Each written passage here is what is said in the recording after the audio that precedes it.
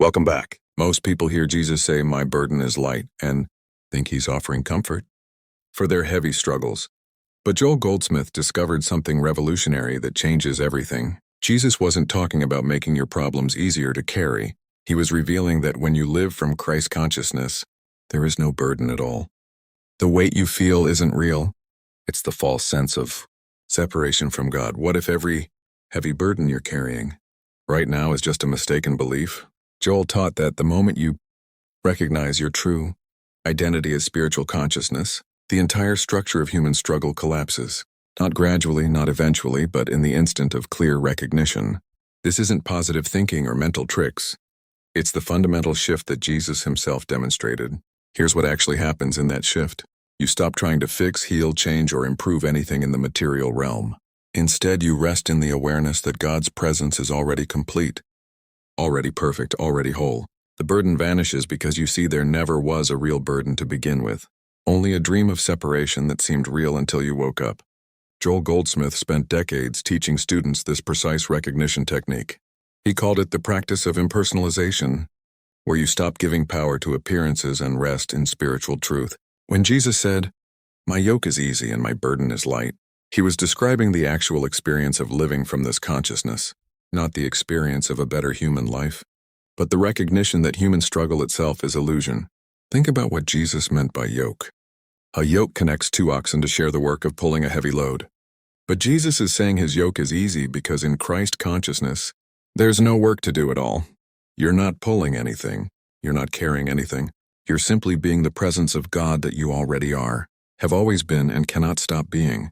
This is where most spiritual seekers make their fatal mistake.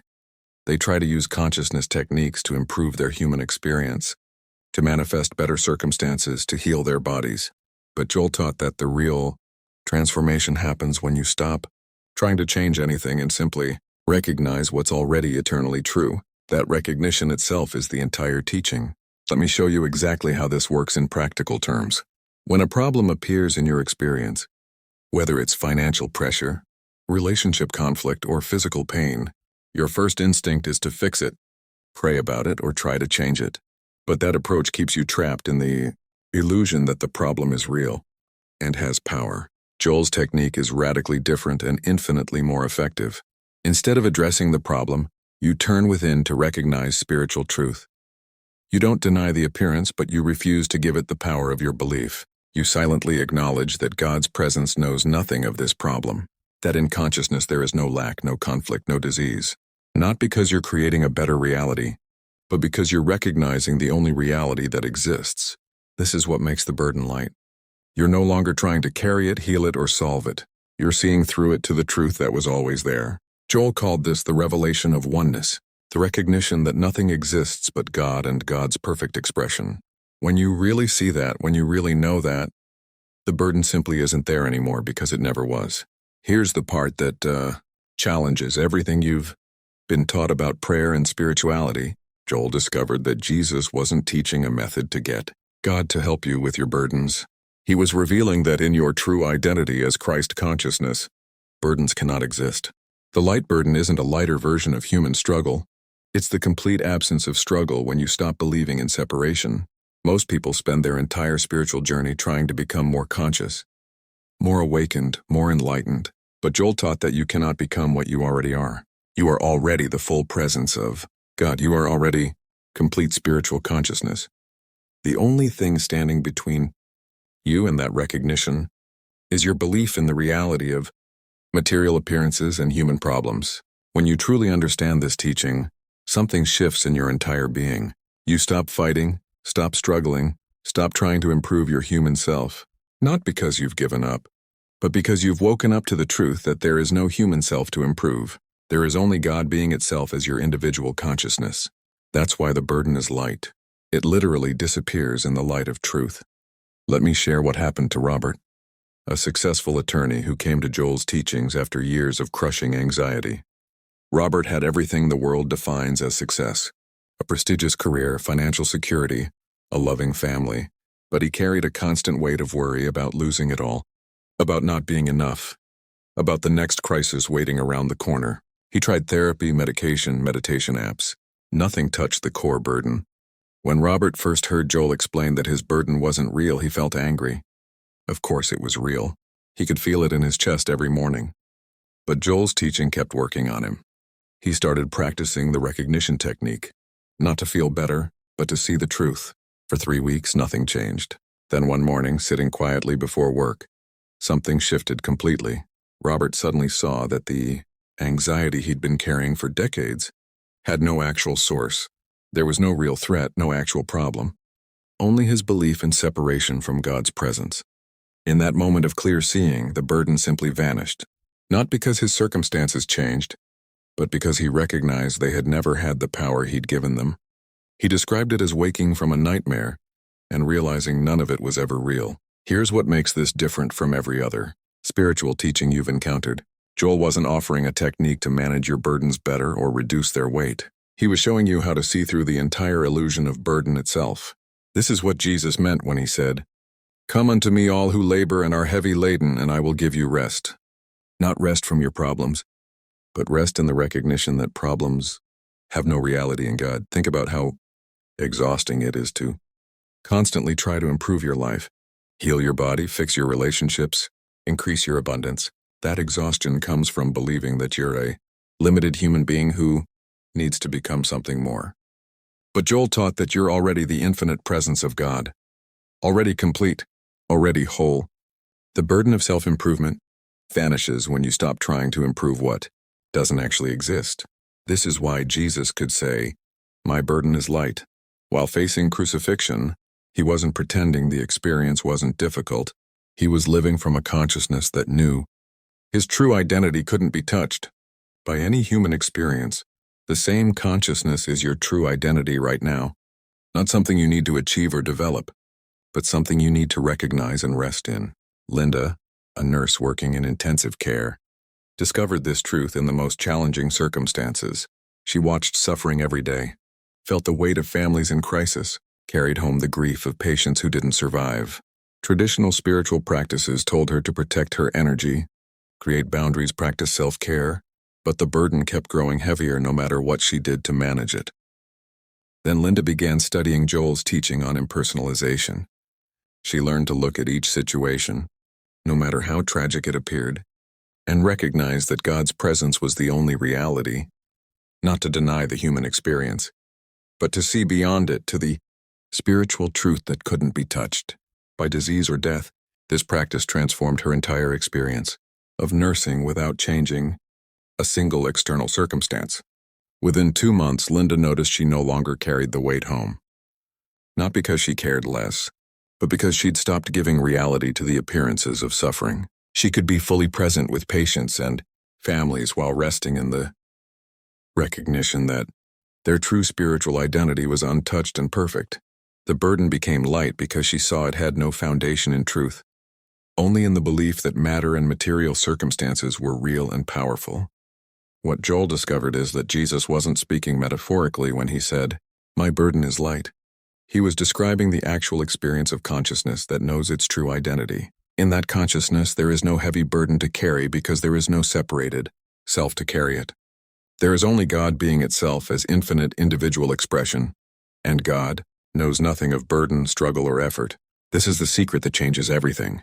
You're not trying to lighten your burdens through spiritual practice. You're recognizing that in your true nature as consciousness itself, burdens cannot exist.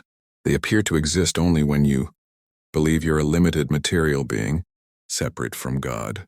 The instant you recognize your actual spiritual identity, the entire structure of burden collapses like a dream, vanishes when you wake. Joel spent 40 years teaching students this one truth in countless different ways. The burden is light, not because God helps you carry it, but because the recognition of God as your only reality dissolves every burden instantly. This isn't theory or philosophy. It's the practical mysticism that Jesus lived in. Joel Goldsmith taught with absolute clarity. If this revelation about Jesus' true meaning speaks to your heart, like this video to share these teachings. Subscribe for more. Joel Goldsmith wisdom, and comment which burden you're ready to see through to the truth beneath it. Now that you understand the foundation, Joel taught 3 specific practices that help you live from this consciousness throughout your day. The first is what he called the practice of pausing. Whenever you feel the weight of a burden beginning to form in your awareness, you pause completely, not to think about the problem or pray about it, but to remember that you're not a human being trying to reach God, your God consciousness itself having a human experience. In that pause, you don't try to change anything or fix anything. You simply rest in the recognition that whatever appears as a burden has no reality in consciousness. Joel would say, see it, don't be it. So you see the appearance without becoming identified with it as your problem. This takes practice, because your conditioning is to immediately engage with problems as if they're real and you need to solve them. But as you practice pausing and resting in spiritual identity, something remarkable happens. The burdens that used to dominate your thoughts and drain your energy begin to lose their grip, not because they go away, but because you're no longer feeding them with the belief that they're real. Joel called this starving the problem of your attention and belief while nourishing the truth of spiritual wholeness. The second technique Joel taught is recognizing the nothingness of appearance. This sounds abstract until you actually practice it and experience its power. When a burden appears, whether it's a frightening diagnosis, a financial crisis, or a relationship breakdown, you look directly at it and recognize that it has no cause, no law supporting it, and no reality in God. Therefore, it's nothing trying to appear as something. Joel was very specific about this practice. You're not denying that the appearance exists in the material realm. You're recognizing that it has no spiritual substance, no actual power, no reality in consciousness. It's like recognizing that the monster in your nightmare can't hurt you because it has no existence outside the dream. The moment you see its nothingness, its power over you dissolves completely. Christopher, a financial advisor, used this technique during the market crash that threatened his entire career. Instead of panicking or trying to control outcomes, he practiced seeing the financial crisis as having no reality in God's consciousness. Within 3 weeks, opportunities began appearing that he would have missed in his usual state of anxious problem-solving. The burden lifted not because circumstances improved, but because he stopped giving reality to the appearance of crisis. The third practice Joel emphasized is what he called living by grace. This means recognizing that you don't have to make anything happen, fix anything, or become anything. Grace is the activity of God consciousness being itself, as your experience without any effort from you. When Jesus said, "My yoke is easy," he was describing the experience of letting grace live your life instead of trying to live it yourself. Most people struggle with this because they've been conditioned to believe that they must take action, make things happen, control outcomes. But Joel taught that this belief in personal responsibility and personal power is actually what creates the burden. When you recognize that God consciousness is the only power and presence, you relax into allowing that consciousness to express itself as your perfect experience. This doesn't mean you become passive or inactive. It means your actions flow from consciousness rather than from fear, need, or the belief that you must make things happen. Jessica, a small business owner, discovered this when she stopped striving to grow her company and instead rested in recognizing God as her supply. Within 6 months, her business doubled, not because she worked harder, but because she stopped working from burden and started allowing grace to unfold naturally. Here's how these 3 practices work together to keep the burden light in your daily experience. You pause to remember your spiritual identity. You recognize the nothingness of whatever appears as a burden, and you rest in grace, allowing consciousness to live itself as your experience. This isn't a formula you follow to get results. It's a way of being that naturally emerges when you stop believing you're a limited human self. Joel taught that the more you practice these recognitions, the more they become your natural state of consciousness. You stop alternating between spiritual awareness and human struggle. You begin to live from a consistent recognition that you are consciousness itself, that burdens have no reality, and that grace is always operating as your experience whether you see it or not. What makes the burden light is that you're no longer carrying it. You've recognized that the self you thought was carrying burdens doesn't actually exist. There is only God consciousness being itself as your individual awareness. From that recognition, everything becomes effortless because you're not trying to be or do anything. You're simply being what you already are and always have been. Let's be honest about the challenges. you'll face when you start practicing this consciousness. The biggest obstacle is that your entire conditioning screams at you that the burden is real, that you must do something about it, that ignoring it will make things worse. Every part of your trained human response fights against simply resting in spiritual recognition and doing nothing to fix the problem. Daniel experienced this intensely when he tried to apply Joel's teaching to his failing marriage. His wife had moved out, divorce seemed inevitable, and everyone told him he needed to fight for the relationship. But Joel's teaching said to recognize that in God there is no separation, no relationship to fix, only perfect spiritual union. For weeks, Daniel felt like he was doing nothing while his marriage collapsed. What Daniel discovered is that doing nothing humanly doesn't mean nothing is happening spiritually.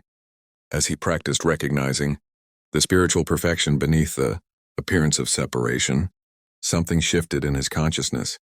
He stopped being desperate, stopped trying to control outcomes, stopped believing the appearance of marriage breakdown was the truth. After 2 months of this practice, his wife called wanting to talk, and they began a completely new relationship based on consciousness rather than need. Another challenge is what Joel called the temptation to return to human solutions.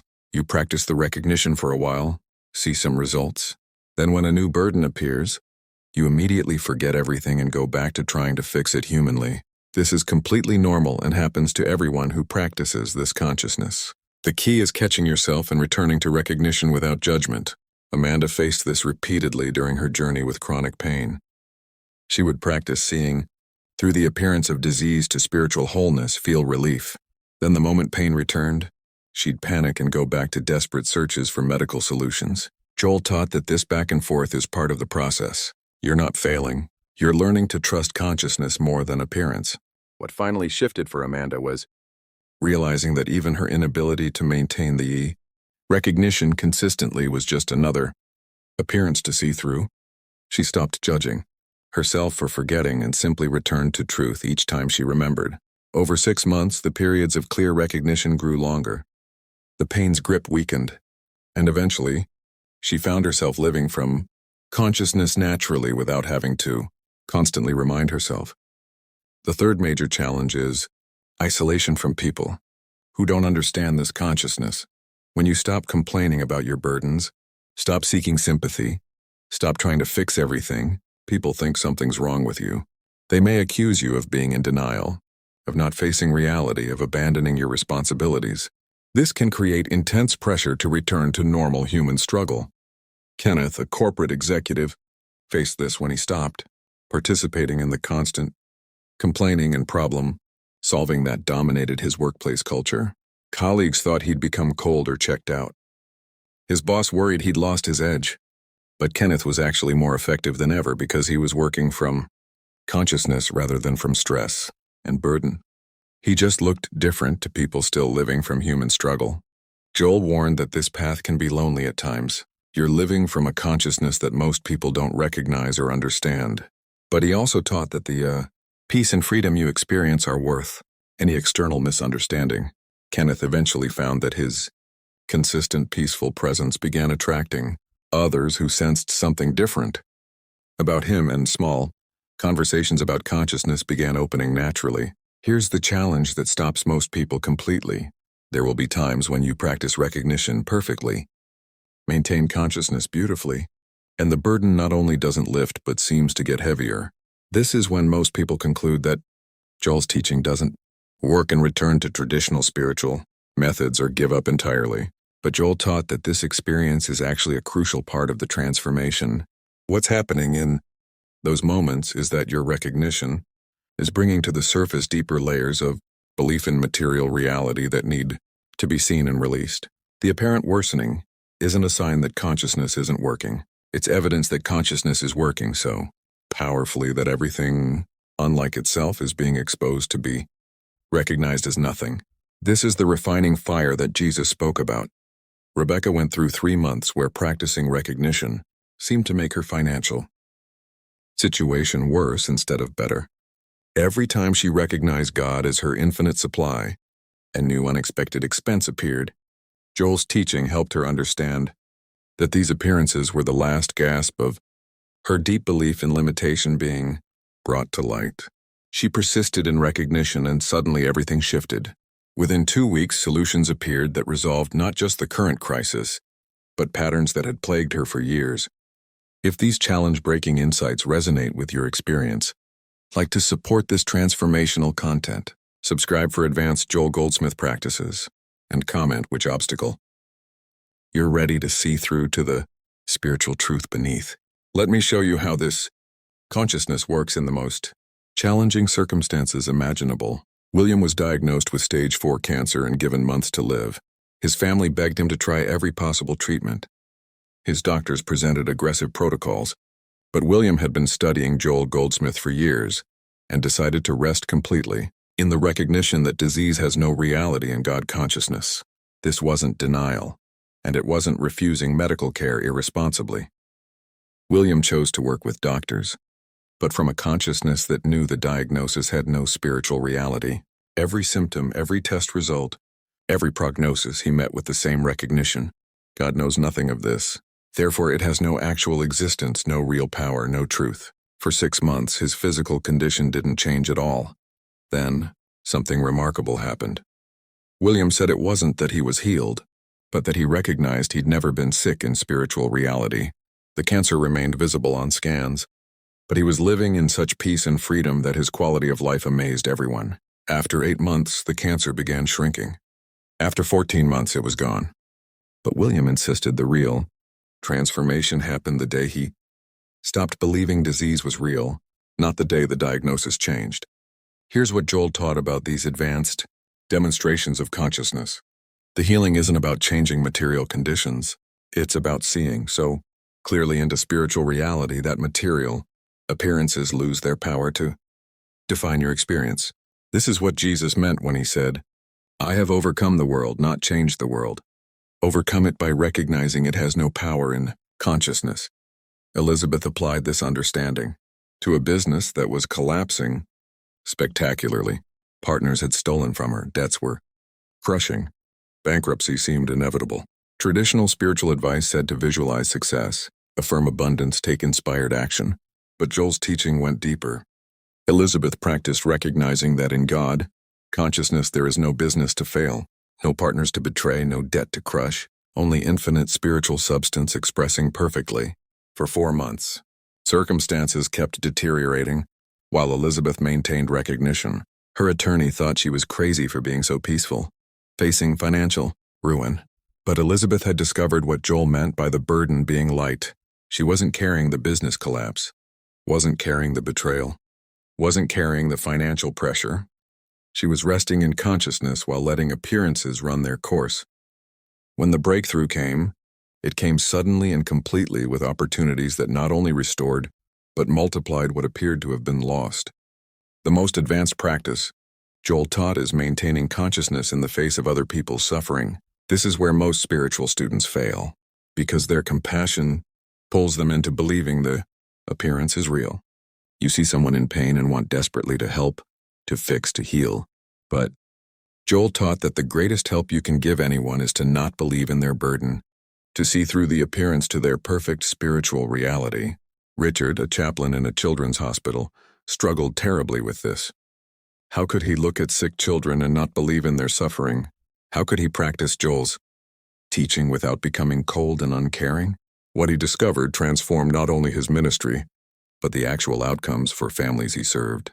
When he stopped believing in the reality of childhood disease and instead recognized each child's perfect spiritual identity, something shifted in the atmosphere. Parents reported feeling unexpected peace in Richard's presence. Doctors noticed that families he counseled seemed to handle crisis better. And over time, Richard witnessed several cases where children recovered in ways that defied medical explanation, not because he prayed for healing, but because his consistent recognition of spiritual perfection created an atmosphere where truth could be seen more clearly.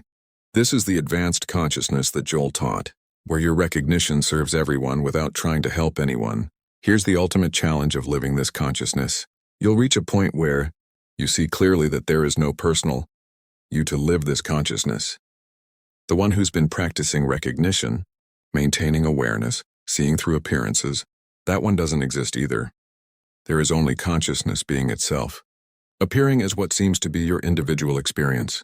This recognition can be terrifying, because it dissolves everything you thought you were. Nicole went through what Joel called the dark night of the soul when she recognized that not only were her burdens illusory, but the self she thought was overcoming those burdens was equally illusory. For 3 weeks she felt completely lost, neither here nor there, unable to return to human consciousness, but not yet stable in spiritual recognition. Joel taught that this dissolution of personal identity is actually the gateway to true freedom. What emerged for Nicole was a consciousness that no longer alternated between burden and freedom, between human and spiritual, between problem and solution. There was simply consciousness being itself without any sense of a separate Nicole trying to maintain anything. From that recognition, life became genuinely effortless, not because circumstances were always pleasant, but because there was no one there to be burdened by circumstances. This is what Jesus demonstrated, and what Joel spent his life teaching others to recognize in themselves. Now you understand why Jesus said, "My burden is light." He wasn't offering comfort for your human struggles. He was revealing that in Christ consciousness, in the recognition of your true spiritual identity, burdens cannot exist. Not because they become easier to carry, but because the one who seemed to be carrying them is recognized as illusory. There is only God consciousness being itself as infinite individual expression. This is the complete transformation that Joel Goldsmith devoted his life to teaching. Not a better human life, not improved circumstances, not even healing of body or finances, though those often occur. The transformation is from believing you're a limited material being, separate from God, to recognizing you are consciousness itself, whole, complete, and perfect right now. Not becoming perfect, already perfect, always have been perfect, cannot be anything but perfect. When you live from this recognition, everything changes while nothing changes. Circumstances may improve or may not. Your body may heal or may not. Your relationships may transform or may not. But you are free regardless, because you've recognized that your true being is untouched by any human experience whatsoever. The burden is light because there is no burden. There never was a burden. There's only consciousness being itself perfectly. Let me show you what this looks like in actual daily living. You wake up in the morning, and instead of immediately thinking about your problems, your responsibilities, your burdens, you pause and recognize you are consciousness waking to itself. The person who seemed to sleep, who has problems to solve and burdens to carry, is just an appearance in consciousness, like a character in a dream. Your true identity is the consciousness itself, the awareness in which everything appears. Throughout your day, challenges arise. Decisions need to be made. Responsibilities must be handled. But you're meeting everything from consciousness rather than from a separate self trying to manage life. You're not trying to lighten your burdens. You're recognizing that burdens have no reality in what you actually are.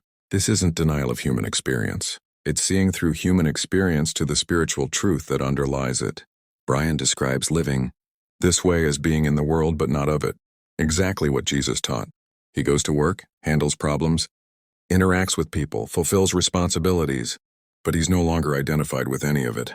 His consciousness, watching itself, appears Brian's life while knowing that nothing in that appearance has the power to be a burden, because nothing in it is ultimately real.